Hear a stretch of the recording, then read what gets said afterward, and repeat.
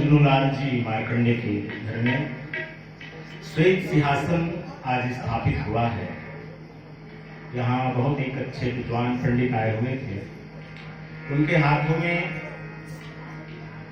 गुरु गद्दी का स्थापना हमारे पूर्वज ये पहले किया करते थे। गुरु गद्दी की स्थापना पूरे भारतवर्ष में जो सतनाम को मानते हैं और सदनामी कहलाते हैं, ऐसे लोग गुरु गद्दी की स्थापना किए। एक प्रतीक के रूप में एक चिन्ह सफेद श्वेत, इसके पीछे एक बहुत रहस्य है, इसके पीछे बहुत बड़ा कारण है। इस कारण को समझना और जानना हमारे लिए अति आवश्यक है।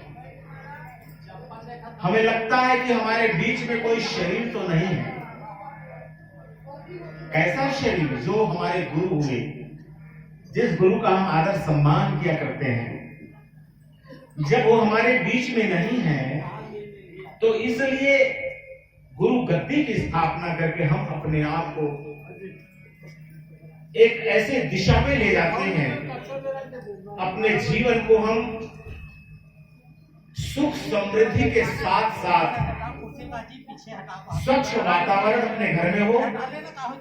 किसी भी तरह से अपने घर में कोई हमारे परिवार के कोई सदस्य, यहां तक हमारे घर में आने वाले रिश्तेदार जब गुरु गद्दी को देखते हैं तो वहां पे हमें एक क्या होता है, भय आता है, डर आता है।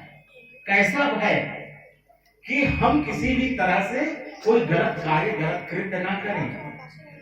इसलिए गुरु गद्दी की स्थापना सिर्फ पूजा करने से कुछ नहीं होगा, नारियल अगरबत्ती जलाने से, दिया जलाने से कुछ भी नहीं होगा।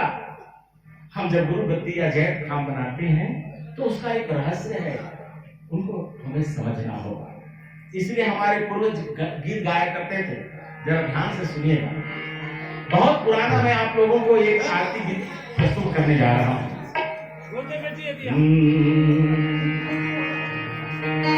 गुरु बिना भई जगत फिर है, जगत फिर है, दौलत पर कस पान है।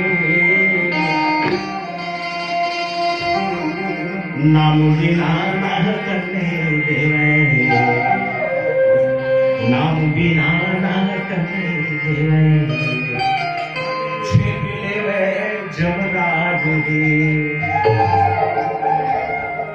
जमराज के द्वार मां भई, द्वार मां भई, लगी खम्भ गड़ाई।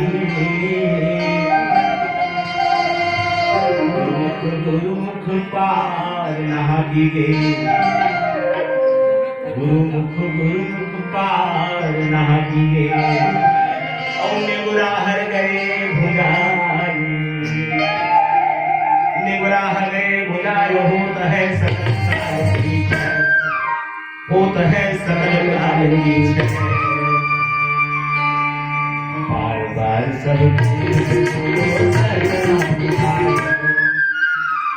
बार सब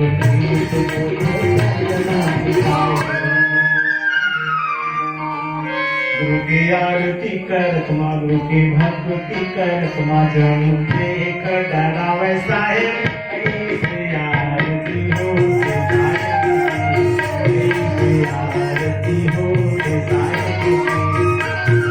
आरती करत मां,